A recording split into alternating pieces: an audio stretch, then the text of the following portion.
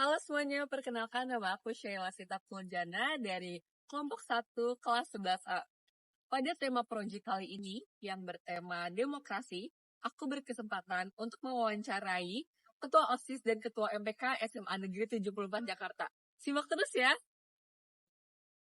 Hai guys, balik lagi sama aku Sheila Sita Purjana. Di sini aku bersama Ketua OSIS dan Ketua MPK SMA Negeri 74 Jakarta. Boleh perkenalan? Dari siapa dulu? Dari Seraya. Oke. Perkenalkan, nama aku Tiraya Azura, selaku Ketua MPK SMA Negeri 74 Jakarta, periode 2023-2024. Perkenalkan, aku Sawarulia Putri Ramadhani, selaku Ketua OSIS SMA 74 Jakarta, periode 2023-2024. Oke, sebelumnya aku pengen ngucapin ke kalian berdua selamat atas keterimanya kalian sebagai Ketua OSIS dan Ketua MPK. Terima kasih. Jadi di sini aku pengen nanya sedikit tentang OSIS, boleh? Boleh. Oke, langsung aja ya ke pertanyaan. Aku mau nanya nih, kalau biasanya kan kalau di organisasi gitu kan ada konflik. Kalian sebagai Ketua OSIS dan Ketua MPK tuh cara ngatasin konflik itu seperti apa sih? Mungkin dari awal. Oh, dari aku dulu boleh. Gimana? Iya. Oke, kalau dari aku sendiri ya, konflik itu kan pasti terjadi karena ada salah paham, miskomunikasi, dan lain sebagainya. Nah, makanya yang pertama kali kita selesaikan itu adalah dengan cara komunikasi. Dengan satu orang ini punya masalah apa dia, gitu. Kita gali dulu lebih dalam, supaya kita nggak asal ambil keputusan aja, gitu. Supaya hatinya juga nggak jadi serak gitu pas di organisasi dong. Jadi kita bakal bantu teman kita buat komunikasi secara langsung biar konfliknya itu terarah, bisa diselesaikan bersama-sama gitu. Kalau dari aku sendiri pasti nggak jauh beda sih dari Sawa. Tapi dari konflik-konflik yang udah pernah terjadi, pastinya kita bakal kumpul dulu nih orang-orang yang ada konflik. Kita cari dulu, bisa ada konflik kayak gini. Kita abis itu baru kita cari penyelesaiannya kayak gimana. Kita selalu berusaha biar nggak ada konfliknya ini nggak bakal berlanjutan gitu loh. Kita selesaiin di sini juga. Kayak gitu. Berarti intinya tuh komunikasi antar anggota anak OSIS itu harus bagus ya? Iya, benar banget. Komunikasi itu emang harus lancar sih biar nggak ada konflik banget. Oke, selanjutnya itu yang kedua, kalian nih kan udah dipandang sebagai pemimpin suatu organisasi. Cara kalian untuk mengevaluasi keberhasilan program di OSIS sama MPK tuh kayak gimana sih? Dan kalian punya cara khusus nggak sampai program itu tuh bisa berhasil? Kalau dari aku sendiri, kalau misalnya untuk mengevaluasi, pastinya kan kita ada FC Steering Committee, ada aku, Salwa, Bagas, dan Hanis. Nah, kita berempat selama beberapa bulan ini, kita tuh selalu selalu komunikasi, nanti kamu kurang di sini deh, nanti kamu kurang di situ. Jadi, kita bakal berusaha ke depannya lebih baik lagi. Dan untuk proker-proker sendiri kan, kita belum berjalan. Karena belum berjalan itu, kita sangat berusaha komunikasi antara satu sama lain tuh baik dulu. Nah, untuk gimana cara biar memberhasilkan suatu proker itu sih sebenarnya yang pasti komunikasi. Baik lagi komunikasi. Kalau kita komunikasi antar anggota baik, antar sekolah baik, itu pasti setiap proker yang kita bakal jalani juga bakal lebih baik. Kalau dari sama sendiri gimana? Kalau dari aku ya, kalau misalnya bikin suatu program kerja itu pasti kan kita harus sama-sama dong. Kita nggak bisa sendiri. Nah, jadi ada baiknya kalau kita mau menjalankan suatu program, kita bicara dulu sampai matang gitu. Jadi pas pelaksanaannya kita nggak bingung lagi ini harus gimana, nggak simpang siur lagi harus gimana gitu kan. Jadi kalau menurut aku supaya tercipta program kerja yang berkualitas, kita perlu banget kerjasama dan komunikasi yang matang gitu. Mantap banget. Oke, lanjut pertanyaan yang ketiga ya. Sebagai manusia-manusia paling sibuk di sekolah ini nih, kalian ini udah jadi ketua OSIS, ketua MPK, sebagai pelajar juga. Itu kan pasti, wah itu ribetnya bukan main ya. Itu tuh kalian cara ngatur waktunya buat belajar, buat organisasi, sama buat yang lain-lain tuh gimana sih? Kalian merasa keberatan gak sih kalau kayak kalian? Siapa nih jawab?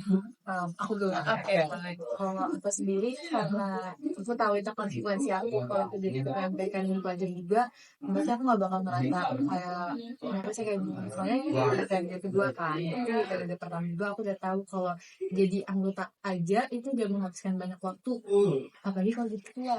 Jadi aku sendiri nggak terlalu merasa terbebani kalau masalah waktu. Paling kita harus lebih, aku harus lebih belajar lagi gimana cara menghandle waktu gitu sih. Kalau dari sana Kalau dari aku ya, aku nih kan orangnya tuh banyak kegiatan ya kalau dibilang mah, oke. Nah makanya dari aku tahu apa yang harus aku prioritaskan lebih dulu gitu. Jadi supaya aku ngelaksanain tugasnya itu tetap maksimal, aku tahu aku kalau misalnya ada rapat pulang sekolah, berarti aku harus kerjain tugas dulu. Jangan sampai tugasnya keteteran, tapi aku rapat gitu. Jadi pintar-pintar nentuin skala prioritas tugas aja sih, karena kan sebagai pelajar juga kita nggak bisa terlepas dari nilai akademik kan. Nah, makanya kita harus seimbangin antara organisasi dan nilai akademik. Gitu. Hebat, hebat, hebat. Aku nggak kebayang kalau misal keren, keren. Oke, ke pertanyaan selanjutnya. eh Cara kalian nih melibatkan anggota-anggota kalian eh, ke suatu acara di OSIS. Tapi acaranya itu acara besar. Kalian tuh ngasih kepercayaan itu seperti apa sih? bukan dari Salwan dulu. Oh, kalau dari aku ya, kalau awalnya merancang suatu program itu kan pasti anggota sekbid dari sekbid itu sendiri harus tahu program seperti apa yang dia jalanin gitu kan. Nah makanya waktu dia merancang suatu program itu kami nggak pernah nutup sedikit pun kekuasaan untuk berkata-kata atau menyampaikan pendapatnya gitu. Jadi semua aspirasi dari anggota sekbid itu biasanya kami tampung gitu. Nah, nanti dijadikan satu, disusun programnya gimana nih baiknya, jalannya gitu. Sehingga pas pelaksanaan program semuanya bisa ngerti dan insya Allah berkualitas gitu. Kalau dari aku sendiri, waktu kita dilantik menjadi anggota gitu, itu kan berarti kita sebagai ketua harus ngasih kepercayaan ke mereka semua. Dengan kita ngasih kepercayaan ke mereka semua untuk misalnya menjadi panitia di program besar, itu kan sama aja walaupun mungkin ada kesalahan, kita belajar dari kesalahan itu. Kita kasih kesempatan ke mereka buat belajar dari kesalahan itu. Jadi pastinya aku percaya gitu sama anggota-anggotaku. Kalau anggota-aku pasti mereka juga percaya dong sama aku. Jadi selalu tingkatin komunikasi, percaya, dan aku juga tahu kalau misalnya anggota yang itu juga tahu tanggung jawab mereka sendiri. Keren, keren, keren banget ketua ini. Oke, pertanyaan selanjutnya.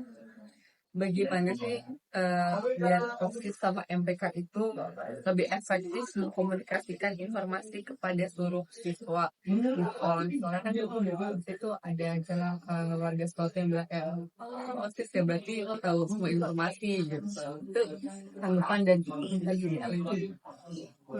Oke, kalau dari aku, jadi kita ini di MPK khususnya ada seksi bidang namanya MPK aspirasi. Nah, aspirasi ini tugasnya menampung seluruh masukan dari siswa-siswi, juga menyalurkan informasi kepada siswa-siswi.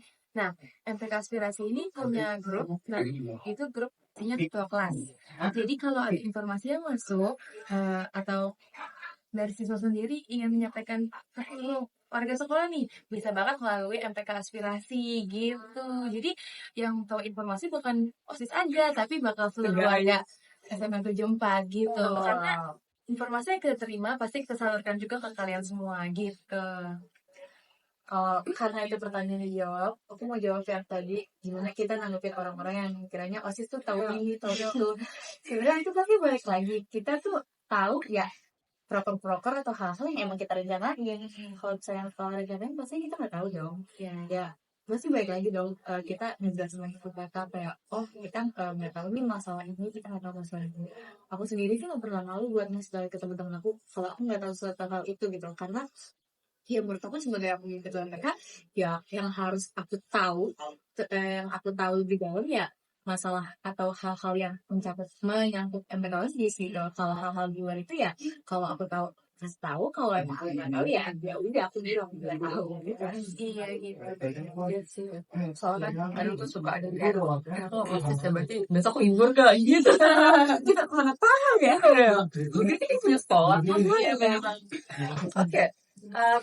Ini yang terakhir ini bukan ditanya tapi lebih kayak mungkin kalian sebagai ketua itu bisa ngasih tips-tips ke adik-adiknya yang mau join OSIS tuh kriteria itu seperti apa sih, ada kriteria khusus gak sih buat masuk OSIS tuh?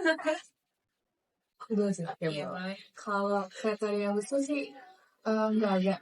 Yang pasti kalau misalkan merasa kamu bisa handle waktu, kamu merasa kamu sanggup menjadi evaluasi menjalani satu periode dengan berbagai problemnya, menurut aku kamu udah siap buat jadi anggota proses. Yang penting kamu nggak perlu takut, kamu jangan mikir aku nggak bisa ini, aku nggak bisa itu, pasti nanti kayak jadi beban. Jangan kayak gitu, kita saling backup sama lain, kita saling belajar. Kita tuh jadi anggota, kita belajar.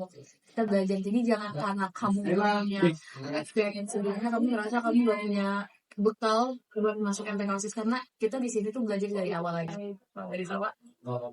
Kalau dari aku bener banget kata Suraya, kalau kita tuh nggak punya kriteria khusus, tapi yang penting kamu mau bertanggung jawab. Karena kalau kamu udah mau bertanggung jawab, pasti walaupun sesusah apapun, pasti akan kamu laksanakan semaksimal mungkin. Oke. Jadi buat kalian yang mau ke OSIS atau MPK jangan takut, pokoknya coba dulu. Tuh, mantap. Terima kasih banyak ya atas waktunya. Terima kasih. Terima kasih buat tips-tipsnya yang kalian. Oke. Bye guys. Nah, jadi kalian udah pada tahu kan bagaimana sih cara OSIS maupun MPK itu bekerja sendiri, dan kalian udah punya tips-tips nih untuk kalian yang mau masuk OSIS ataupun MPK. Dan untuk kalian yang mau masuk OSIS ataupun MPK, jangan takut, terus berusaha. Bye bye.